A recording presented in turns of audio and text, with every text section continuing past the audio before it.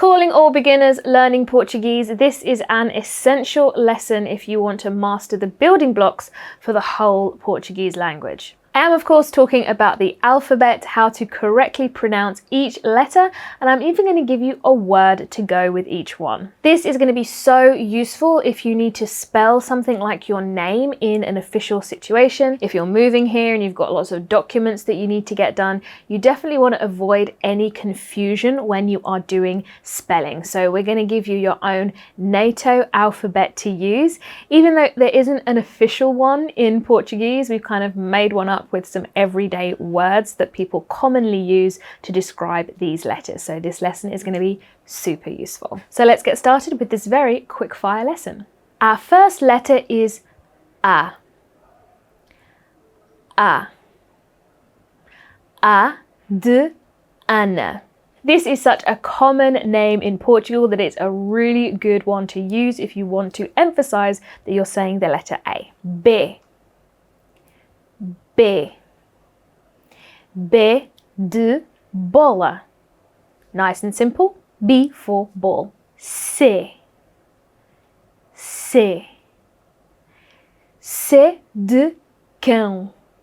Now, even though this sounds like cow, it's actually the word for dog, but because we have that nasal sound in there, it can be a little bit tricky to pronounce. If you need help with your pronunciation, my free pronunciation guide is linked in the description. Go and get that if you need it. But this is nice and simple. C for dog, so it's a really easy one to use. D. D. D de dia. D for day. E. E. E de Évora. This is a really common one that people use. Évora is a place in Portugal in the Alentejo, and it's really beautiful. So if you've never been, definitely go and check it out. F. F. F de faca. This is F for knife. You might think it's going to be fork, but it's not, it's knife. G. G. G de gato. Gato is cat. So G for cat, nice and simple. This one's a funny one. H. H.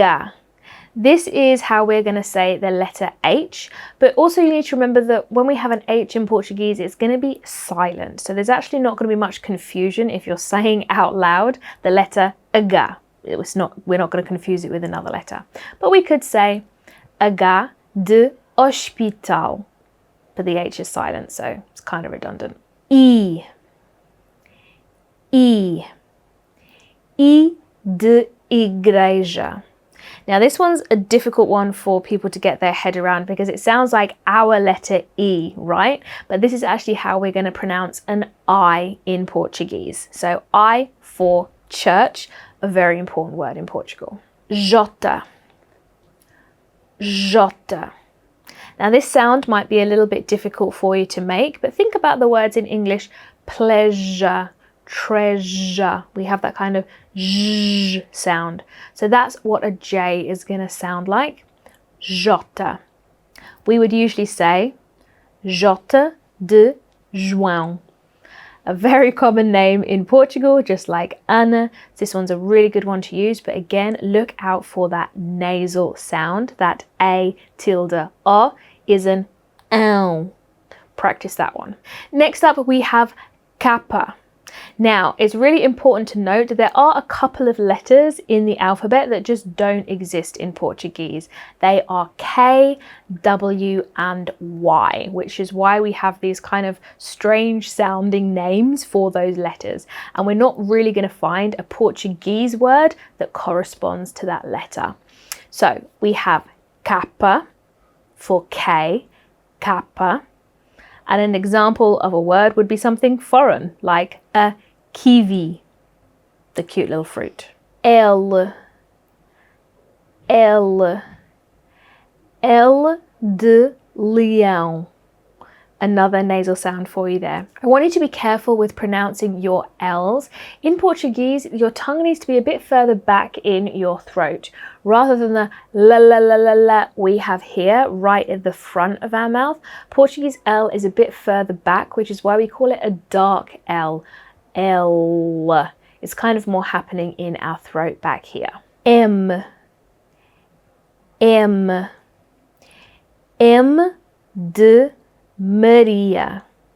Such a popular Portuguese name. Again, this is a great way to distinguish that we're talking about the letter M, which could easily be confused for many other letters, including N.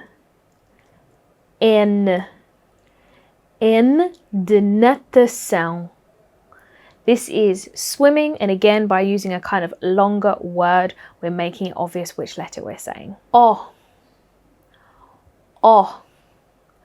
O de olá. Easy. P. P. P de pato. P for duck. Often used in Portuguese cooking, particularly arroz de pato. If you've never tried it, definitely go and check it out. Que. Que. Que de quando. Quando is the word for when, and quite a lot of question words will begin with a Q, so this is a good one to use. Ready for a difficult one? Er. Er. Er de rato. Now, for this one, you're going to have to build up some friction in your throat if you're going to pronounce it as a ch, or it could be a trilled, rolled r. Whichever sound you find easiest to make is fine to use. S. S. S de sapo. This is a frog or a toad. T. T. T de tudo, which lots of you will recognize from being able to say, tudo bem? How are you? U. U.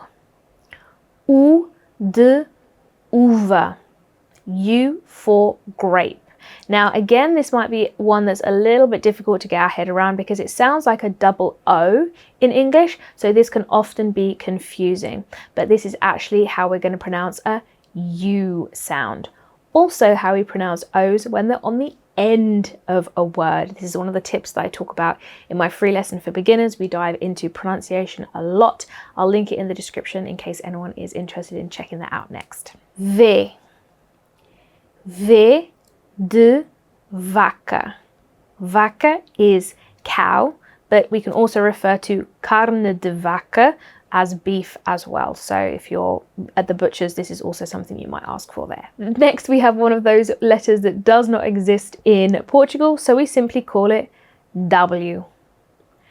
W. It's basically W with a bit of a Portuguese accent, and again, it's going to be a non-Portuguese word that we would use. For example, website. Xix. Xix. Xix de xadrez. This is the word for chess. So if you like playing chess, this is one of the ways you can practice the letter X. The final letter that doesn't really belong in the Portuguese alphabet is the letter Y. So we refer to it as Y. Y.